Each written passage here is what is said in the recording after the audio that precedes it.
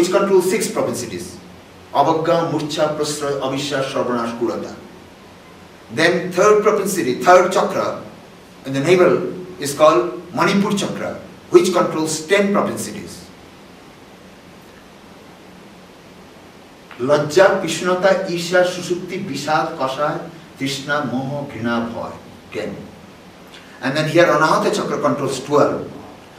Asha, Chinta, Chista, Mamata, Dambha, Vivek, Vikalata, Ahankar, Lolata, Kapatata, Vitarkonata. Then here in the throat, Vishuddha chakra controls 16.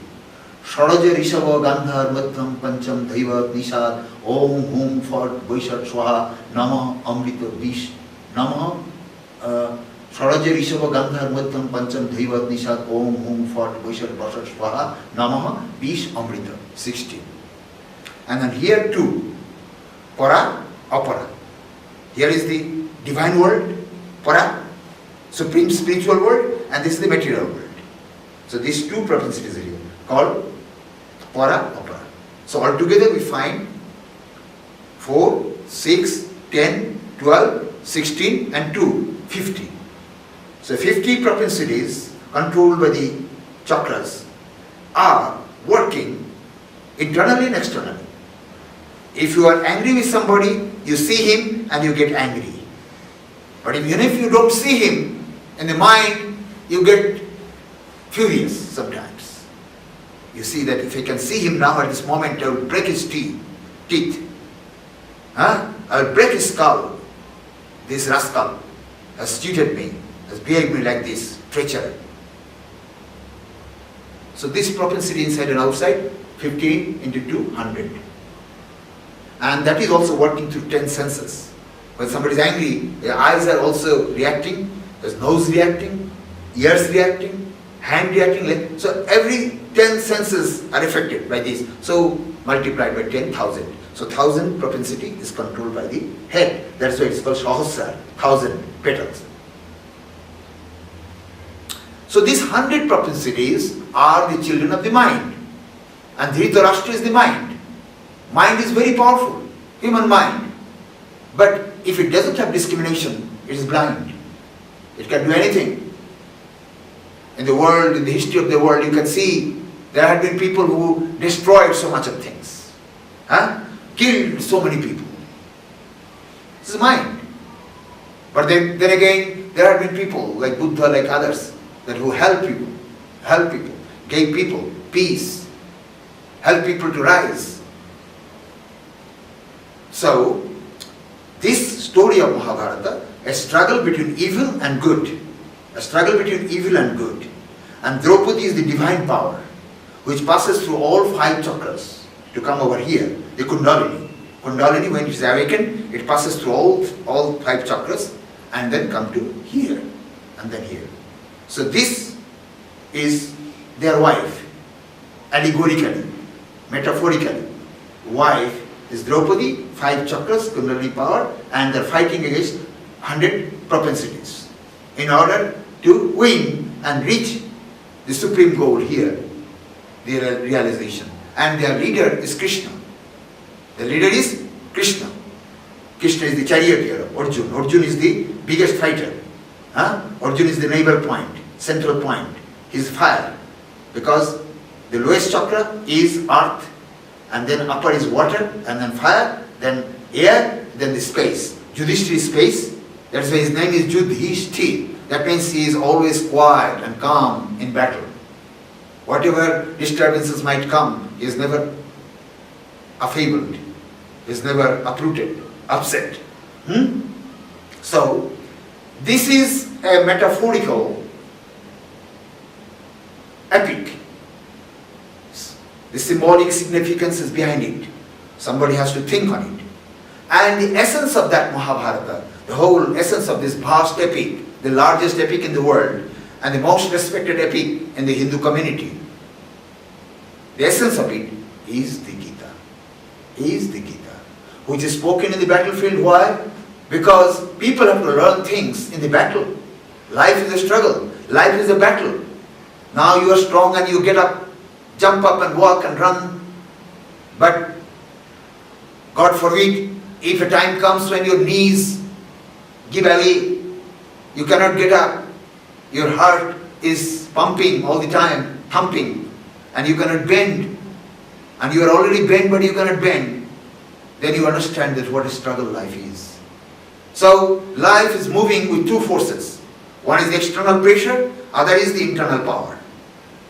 If your internal power is less, external pressure is bigger on you. If your internal power grows, your external pressure is less. Everybody has a pressure.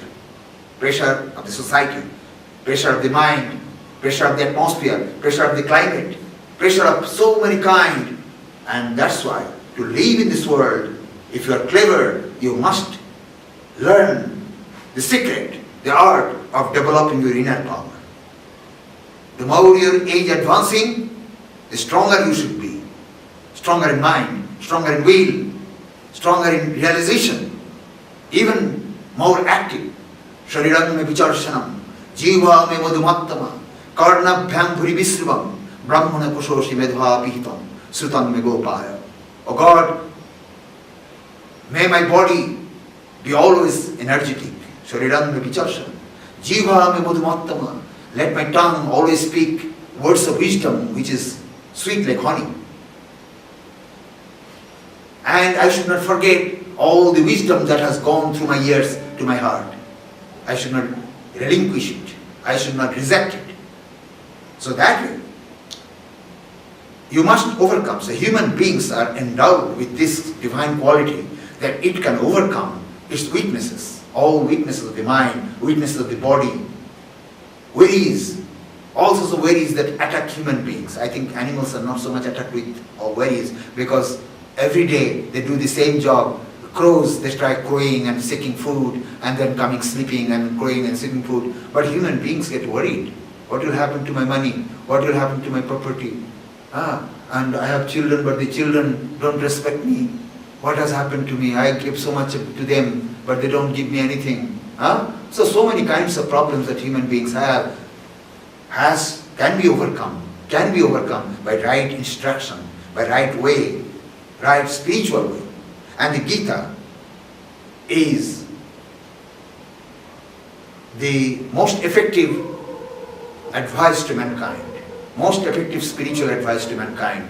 And when spirituality is all right, when your spirituality is all right, when you have come in realization of your spiritual existence, your inner soul, inner light, your enlightenment, then rest of the things also go straight, go away. Like if the horse moves properly, the carriage runs.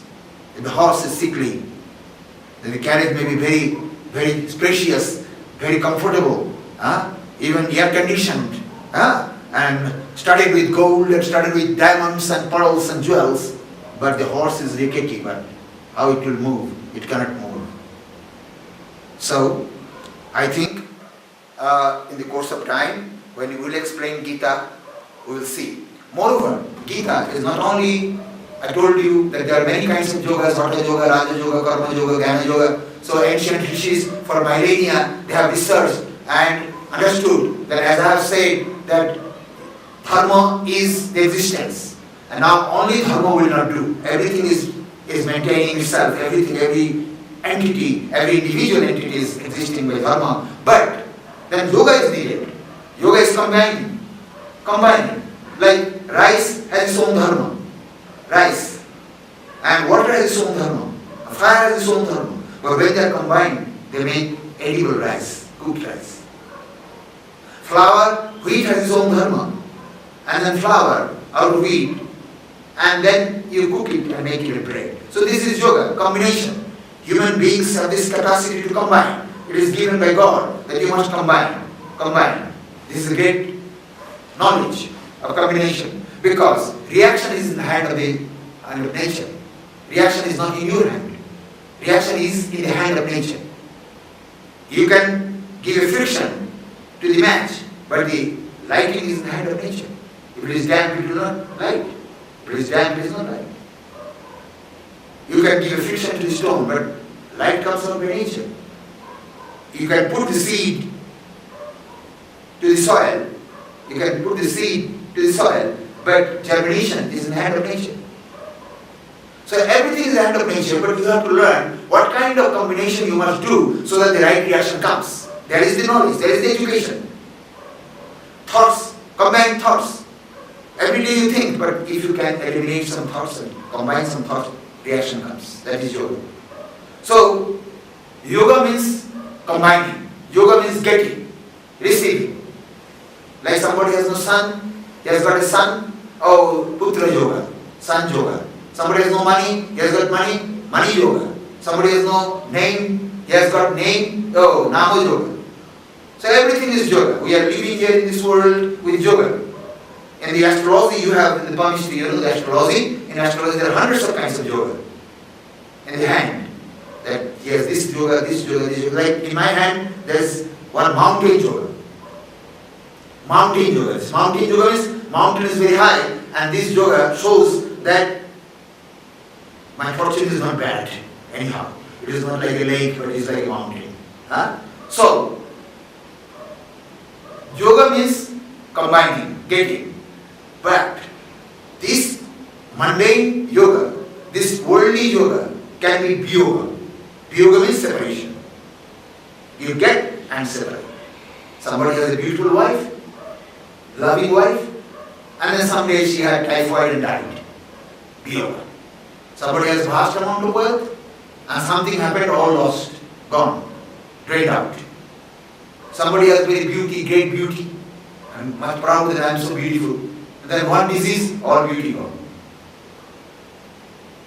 Has a son, and the son has become a ruffian, a rascal, kicking parents, and doing all sorts of nonsense things. Then ran away, gone. But this divine yoga, yoga with God, yoga with truth, yoga with consciousness, your heart gets in touch with God, in touch with God, then it becomes identified with God, then never separation. Your life is happy, your life is blessed, because our mind has a quality of induction. Like you put some iron against a magnet and it gets magnetized.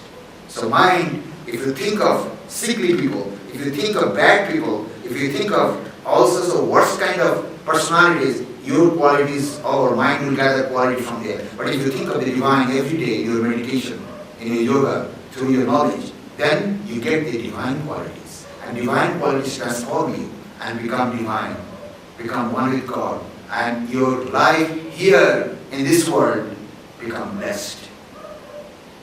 So this is the background of the Gita, which we will begin to explain, if possible from the very beginning, or some parts we can eliminate because there are many names, and then we slowly proceed ahead with the knowledge. It is only an introductory speech. Thank you.